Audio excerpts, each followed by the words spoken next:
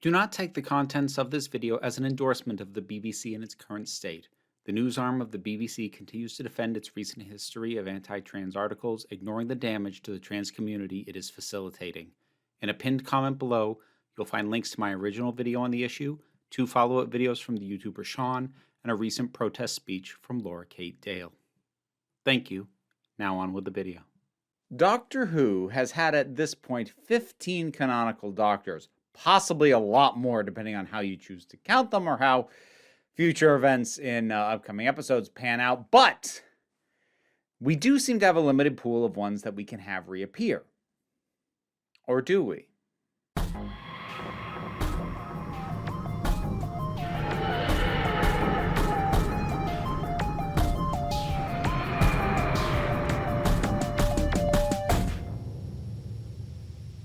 So this is a question that I've had asked of me in comments and I think live streams once or twice, and I never really felt the need to tackle it because my own answer is honestly pretty straightforward.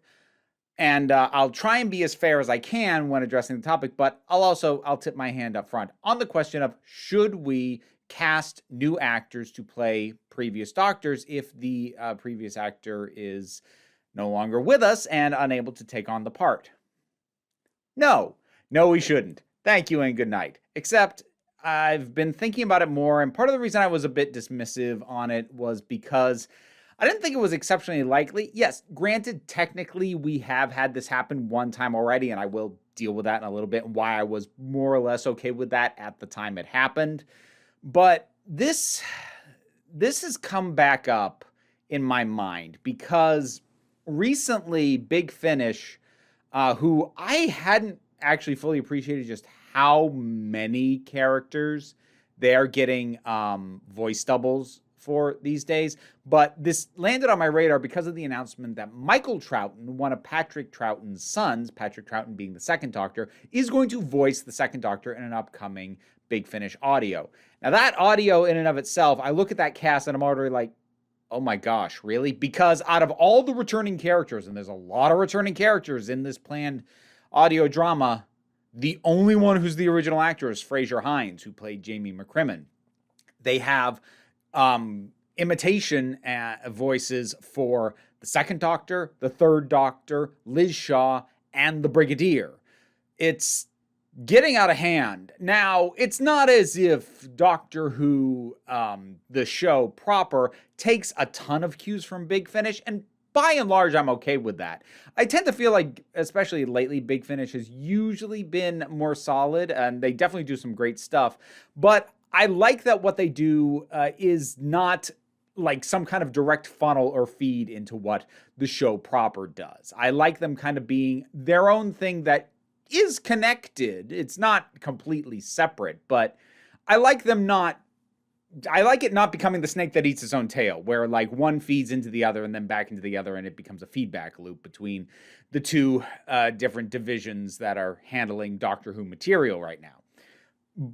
But that having been said, what worries me is with more hardcore fans, at least, because let's be honest, the more casual fans of Doctor Who don't get into Big Finish, partly because it's a more niche medium in the first place, being an audio drama as opposed to television, and 2, it's cost prohibitive. Like, you got to be devoted to Doctor Who to get into Big Finish in any heavy dose. It's expensive to keep up with.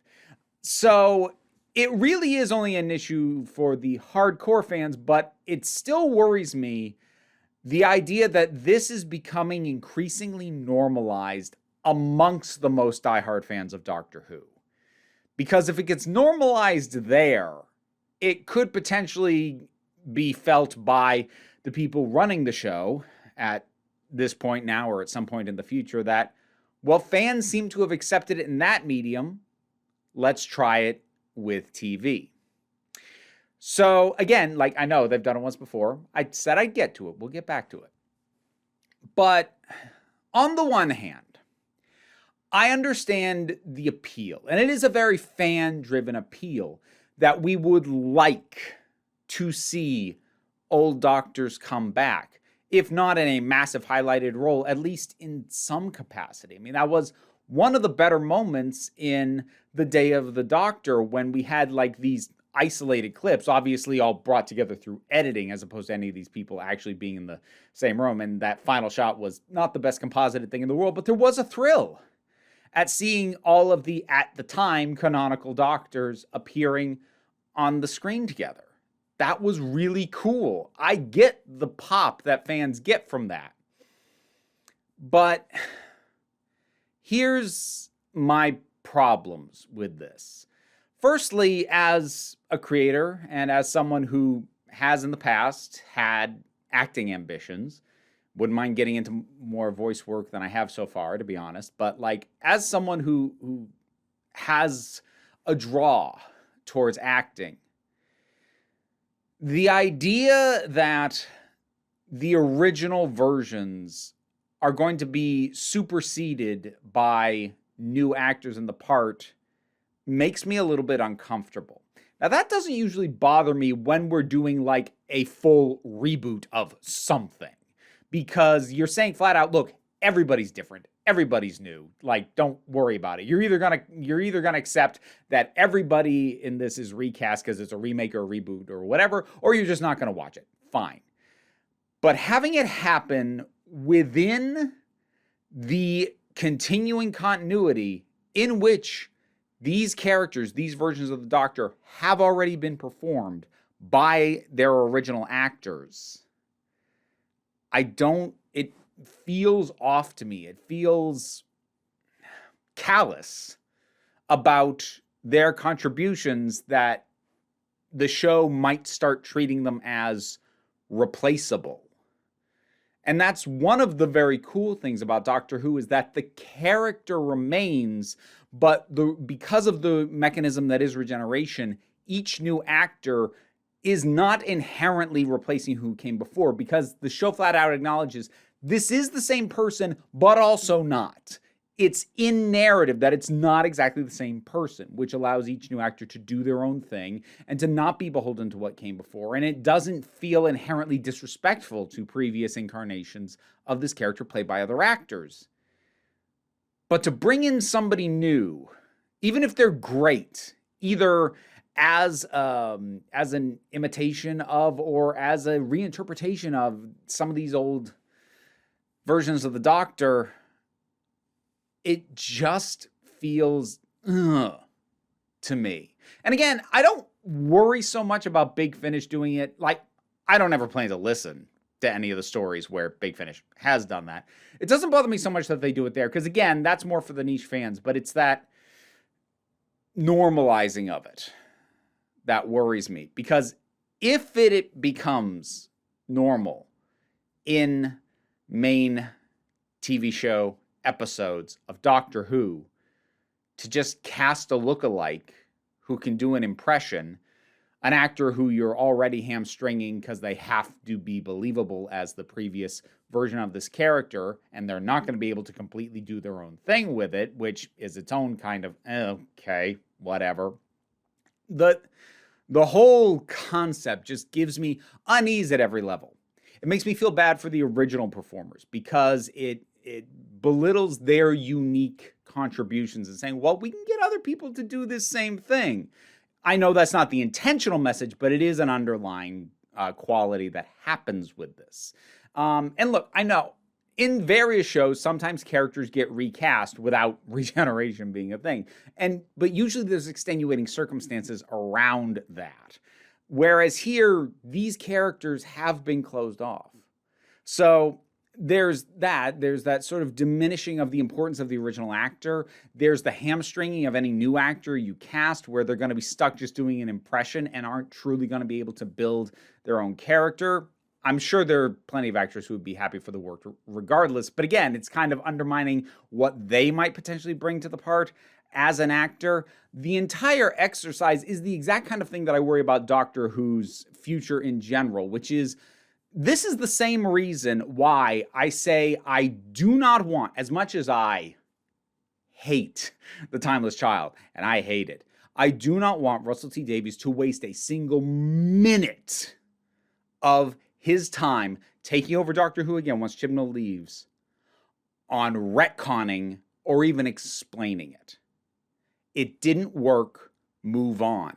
I think where so many long-running things happen, you see this in comic books a lot. It's part of why they do full continuity reboots all the dang time. Well, DC does them a lot, and Marvel has unfortunately started to dip into some of this as well.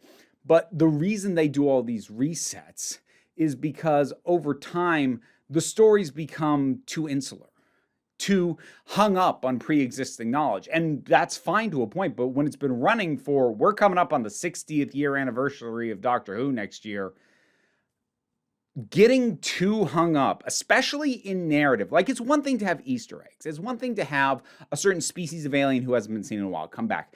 To me, nods to the past work best when they still work within narrative, even if you do not know or have not seen where it comes from. It still works now as it's being used. But the reason I don't want things like The Timeless Child retconned is because it just means that the show isn't moving forward, it's looking back. And that is how these shows, these long-running franchises, become overly obsessed with their own history and start truly spinning their wheels. I have not been a big fan of Chibnall's era, but what I will give it credit for is that he did try to move things forward in new directions and try new things. I don't feel like most of them worked, but I appreciate the effort more than I would someone who is just going to come in and recycle and rehash and bring back all this old stuff for no apparent reason other than just fan wanking, for lack of a less degenerate way of saying it. So that entire mentality, the idea of, oh, bring back the old stuff. Well, we can't. The actors are gone. And like, I don't have a problem with old doctors returning for multi-doctor stories, but the idea of, okay, well, let's bring back some old stuff. Well, we can't bring that back. The actors aren't with us anymore. I don't care. Get somebody new. That is a level of looking back and dwelling on the past that I don't think is healthy for any franchise. And I think we've been very lucky with Doctor Who that thanks to the refreshing concept that is regeneration, it has not fallen victim to the same degree of I'm not going to say it's immune to it, but it hasn't fallen victim to the same degree of it as most franchises that have been actively ongoing for as long as Doctor Who has. So there's that. And at this point, I suppose I should come back to what I said I was going to set aside, which is David Bradley playing the First Doctor. Now, I don't love Twice Upon a Time. There are parts of it I like, there are aspects that I like, and he does a perfectly fine job in the role as far as these things go, playing the First Doctor, but I still don't really like it. The reason I gave that one a pass is because of the specific circumstances around it, which is David Bradley had played not the First Doctor, but the actor William Hartnell in the TV movie An Adventure in Space and Time. And to me, his appearing as the First Doctor felt far more like an extension of that than an attempt to replace William Hartnell. And actually, it's worth bringing up with William Hartnell, David Bradley isn't even the first replacement First Doctor we've had, because during the Five Doctors special, William Hartnell had already passed away, and so they had a new actor. There, they brought in Richard Herndl to play the First Doctor. And I'll be honest, I don't really like it there either. Now, that one's more of a looking at the past for me, because I wasn't watching Doctor Who back then. But they've done it twice now, both times with the First Doctor. I don't love it either time. I'll kind of let it pass for the Five Doctors, as honestly, it was a little bit of an experiment, and Classic Era didn't do that again. And as I said, I let David Bradley pass because it felt like an extension of a different Doctor Who related project that he did where he was excellent, and it felt more like a natural extension of that than just trying to go, okay, this is now the First Doctor. But that might just be me giving a pass to an actor I liked and its association with a movie project that I like. If I was going to be stricter about it, I'd be harsher on that as well. But I'd be lying if I said I didn't feel like that was okay. But not because the general idea of recasting the Doctors with new actors is okay. At least I don't feel that it is. And the only reason I did there was it had super specific circumstances to it. And look, I know for a lot of long-running fans of Doctor Who, and those of us, whether we were alive back during when Classic aired or have gone back and revisited it and taken it in after falling in love with New Who or whatever, there's a certain amount of sadness in not getting new TV adventures for a lot of these Doctors. I do get that. That is a bummer. But trying to force the creation of the next best thing, I don't think that gives us what we're missing. I think it deludes what we have. Now, there's certainly plenty of ways to get additional adventures. Comic books, novels. If they're well written and in the correct characterization, those can work as a substitute. And again, while I'm not going to listen to the Big Finish stuff where they have sound alikes, if that's where you want to go, fine. I'm still a little bit on it, but fine. Don't carry it over to TV.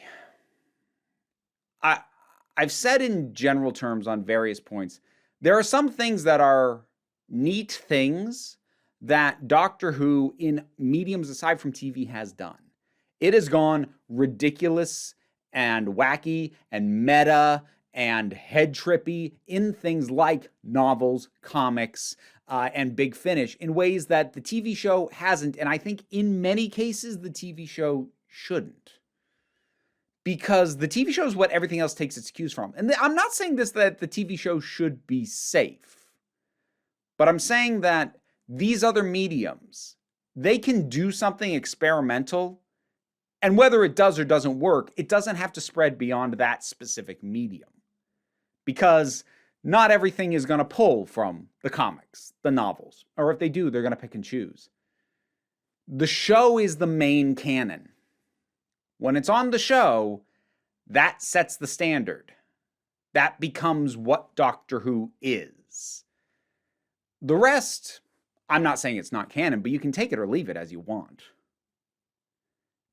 Be careful what you do with the show.